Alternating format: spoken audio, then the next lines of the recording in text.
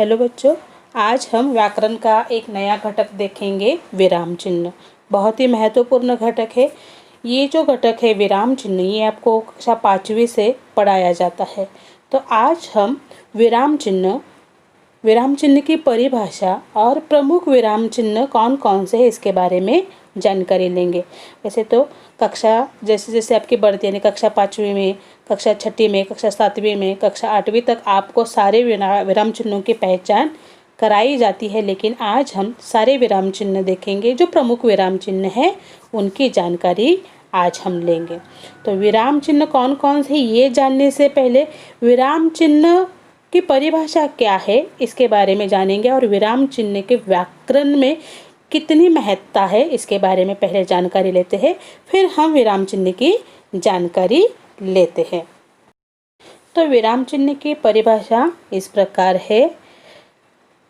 भिन्न भिन्न प्रकारों के भावों और विचारों को स्पष्ट करने के लिए जिन चिन्हों का प्रयोग वाक्य के बीच या अंत में किया जाता है उन्हें विराम चिन्ह कहते हैं। मतलब हम जो भी हमारे मन के विचार हो या भाव हो उन्हें स्पष्ट करते हैं, तो बीच में कुछ देर तक रुकने के लिए या उस बात को या उस घटना को स्पष्ट रूप से बताने के लिए जिन चिन्हों का प्रयोग किया जाता है उन्हें विराम चिन्ह कहा जाता है। दूसरे शब्दों में विराम का अर्थ है रुकना या ठहरना। वाक्य को लिखते अथवा बोलते समय बीच में कहीं थोड़ा बहुत रुकना पड़ता है, जिससे भाषा स्पष्ट, अर्थवान एवं भावपूर्ण हो जाती है। लिखित भाषा में इस ठहराव को दिखाने के लिए कुछ विशेष प्रकार के चिन्हों का प्रयोग करते हैं, इन्हें ही विराम चिन्ह कहते हैं। तो बच्चों, जब आप कोई वाक्य कहना चाहते हो या आपकी मन की बात बताने चाहते हो या फिर कुछ पढ़ना चाहते हो, उसमें सही विराम चिन्हों का प्रयोग नहीं करोगे तो उस वाक्य का अर्थ पूरी तरह से स्पष्ट नहीं हो जाएगा, हालांकि अर्थ ही स्पष्ट नहीं होगा।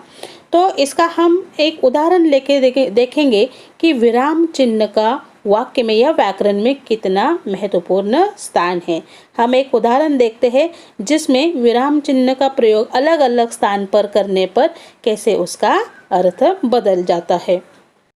तो हम एक उदाहरण लेते हैं, रोको मत जाने दो। वैसे तो रोको मत जाने दो ये वाक्य दिया है, तो इसमें कोई सिर्फ जो दंडक है उसके सिवा किसी भी विराम चिन्ह का प्रयोग नहीं किया गया, लेकिन उसी को हम दो अर्थों में देखेंगे।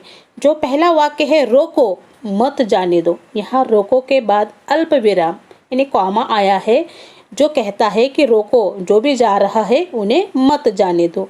और दूसरा उदाहरण है रोको मत जाने दो, मतलब वहाँ पर बताया गया है जो जा रहे हैं उन्हें रोको मत, उन्हें जाने दो।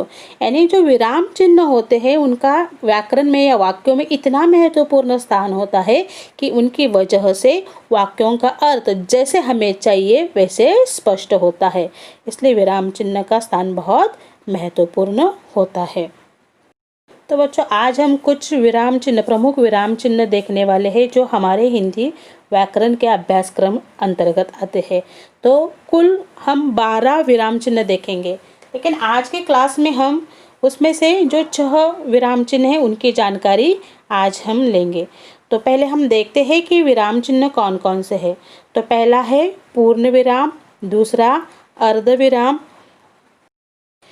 3 अल्प विराम, 4 प्रश्नसूचक चिन्ह, 5 विस्मय बोधक चिन्ह, 6 योजक चिन्ह। आगे भी देखते हैं हम। 7 निर्देशक चिन्ह, 8 विवरण चिन्ह, 9 उद्धरण चिन्ह, 10 कोष्टक, 11 हंसपद या त्रुटिपूरक चिन्ह और 12 लाघव चिन्ह। तो आज की क्लास में हम पहले जो 6 विराम चिन्ह हैं उनकी जानकारी लेते हैं। तो बच्चों पहला विराम चिन्ह है पूर्ण विराम, जिसे दंडक या फिर पाई भी कहते हैं। इसकी परिभाषा पहले देखते हैं कि जहाँ एक बात पूरी हो जाए या वाक्य समाप्त हो जाए वहाँ पूर्ण विराम चिन्ह लगाया जाता है। जैसे कि पूर्ण विराम के सामने कोष्टक में आपको एक चिन्ह दिया गया है, उसे पूर्ण विराम कहते हैं। उदाहरण देखते हैं। पहला उदाहरण है आज ठंडी हवा चल रही है। दूसरा उदाहरण है सीता स्कूल से आ रही है। मतलब बच्चों जो भी आपके सामने वाक्य आ जाता है और जिसमें ये पूर्ण विराम का चिन्ह लग जाता है, वहाँ पर हमें उस वाक्य का पूरा अर्थ सामने आ जाता है या फिर पूरा अर्थ स्पष्ट हो जाता है। यहाँ तो सिर्फ आपको 2 उदाहरण दिए गए हैं, लेकिन हम और भी उदाहरण देखते हैं कि जैसे बारिश बहुत तेज हो रही है। मतलब इस वाक्य से हमारे सामने अर्थ एक स्पष्ट हो जाता है कि बाहर बारिश जो हो रही है बहुत तेज हो रही है। या फिर विद्यालय बंद रहेगा। और एक उदाहरण लेते हैं कि रोहन फुटबॉल खेल रहा है। यानी जिस वाक्य से पूरा अर्थ प्रकट हो जाता है वहाँ पर इस पूर्ण विराम चिन्ह का प्रयोग किया जाता है। तो बच्चों यहाँ हम ये पूर्ण विराम देख लिया, तो हम अगला जो चिन्ह है विराम चिन्ह है उसकी जानकारी लेंगे। दूसरा चिन्ह है अर्धविराम। तो बच्चों अर्धविराम का प्रयोग यानी अर्धविराम चिन्ह का प्रयोग पूर्ण विराम से कुछ कम देर तक रुकने के लिए इस अर्धविराम चिन्ह का प्रयोग किया जाता है। जैसे उदाहरण दिया है देखो कि काम बंद है, कारोबार ठप है, बेकारी फैली है, चारों ओर हाहाकार है। यानी यहाँ जो वाक्य दिए हैं उन्हें अर्धविराम चिन्ह से जोड़ा गया है। दूसरा उदाहरण है यह घड़ी ज़्यादा दिनों तक नहीं चलेगी, यह बहुत सस्ती है। तो हमने यहाँ 2 उदाहरण देखे। इसके पहले हम अधिक जानकारी देखते हैं। यदि एक वाक्य या वाक्यांश के साथ दूसरे वाक्य या वाक्यांश का संबंध बताना हो तो वहाँ अर्धविराम का प्रयोग होता है। मतलब बच्चों एक वाक्य हो या वाक्यांश हो, उसका दूसरे वाक्य के साथ संबंध बताना हो, दोनों वाक्यों में जो संबंध बताना होता है, तब इस अर्धविराम चिन्ह का प्रयोग किया जाता है। इस प्रकार के वाक्यों में वाक्यांश दूसरे से अलग होते हुए भी दोनों का कुछ न कुछ संबंध रहता है। जैसे हमने उदाहरण देखा, वे दोनों वाक्य अलग है लेकिन उनमें कुछ न कुछ संबंध होता है जिससे हमें एक अर्थ स्पष्ट होता है, तब इस अर्धविराम चिन्ह का प्रयोग किया जाता है। तो बच्चों आमतौर पर अर्धविराम 2 उपवाक्यों को जोड़ता है। हालांकि 2 से ज़्यादा उपवाक्यों को जोड़ने का काम भी ये अर्धविराम का चिन्ह करता है, जो थोड़े से असंबद्ध होते हैं एवं जिन्हें और से नहीं जोड़ा जा सकता। मतलब अनेक वाक्य आते हैं, 2 वाक्य आते हैं, 2 से ज़्यादा वाक्य आते हैं, उनमें और इसका प्रयोग नहीं किया जाता, और से नहीं जोड़ा जा सकता, वहाँ इस अर्धविराम चिन्ह का प्रयोग किया जाता है।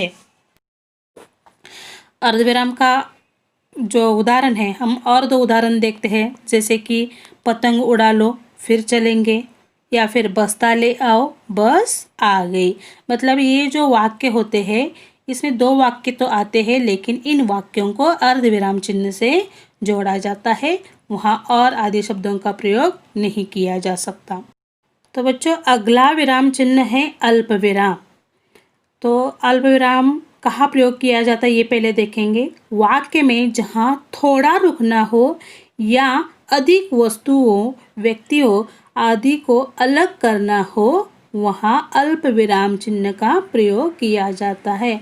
आप स्क्रीन पर देख पा रहे हो कि अल्प विराम का चिन्ह जिसे हम कॉमा कहते हैं, यह चिन्ह दिखाई दे रहा है। तो ये जो चिन्ह है जहाँ पर थोड़ा रुकना होता है वहाँ पर, या एक से अधिक वस्तु होती है, व्यक्ति होते हैं, उनको अलग अलग दिखाना हो तो इस चिन्ह का प्रयोग करते हैं। अर्धविराम से कम देर तक रुकने के लिए अल्प विराम का प्रयोग किया जाता है। मतलब बच्चों कि पूर्ण विराम से और अर्धविराम से बहुत कम समय इस अल्प विराम में लगता है, यानी वाक्य बोलते समय हमें बहुत कम देर इस अल्प विराम में लगता है। इसके पहले हम उदाहरण देखते हैं। जैसे देखो, सुरेश कल तुम कहाँ गए थे। तो यहाँ पर सुरेश के बाद अल्प विराम का चिन्ह लगा है, जहाँ पर हम उच्चारण करते हैं सुरेश कल तुम कहाँ गए थे। या फिर दूसरा उदाहरण है, देवियों, आप हमारे देश की आशाएं हैं। यहाँ पर देखो, ये जो अल्प विराम आया है, यहाँ पर पूर्ण विराम से और अर्ध विराम से बहुत कम समय लगता है। तो तीसरा उदाहरण है, ऋषि, केशव, श्रुति, सृष्टि मेरे प्रिय मित्र है। मतलब देखो बच्चों, यहाँ पर 4 नाम आए हैं, ऋषि, केशव, श्रुति और सृष्टि। तो इन नामों को अलग अलग दिखाना है, इसलिए यहाँ अल्प विराम चिन्ह का प्रयोग किया गया है। या फिर अगला उदाहरण ले लो, दिखा दूंगा, पहले ज़रा चितड़े ले आ, नीचे बिछा दूँ। यह वाक्य आपका जाना पहचाना होगा। ये आपकी कक्षा का जो पाठ है नादान दोस्त, उसमें से लिया गया है। तो यहाँ पर देखो, दिखा दूंगा, पहले ज़रा चितड़े ले आ, नीचे बिछा दूँ। ये जो है संभाषण, ये भाई बहन में थोड़े थोड़े अंतराल पर, यानी जो वाक्य दिया है उसमें बहुत कम समय लगा है ये वाक्य पूरा करने में।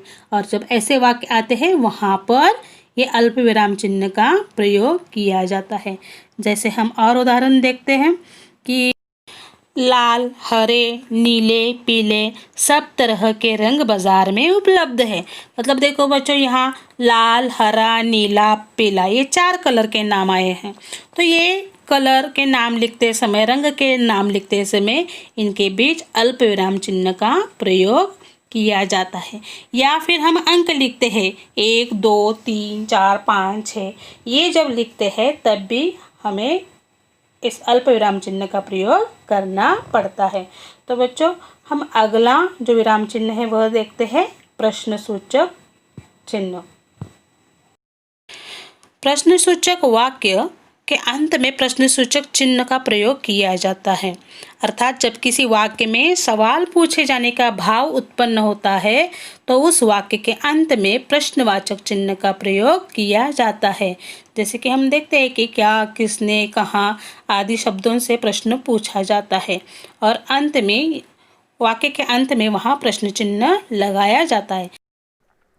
मतलब बातचीत के दौरान जब किसी से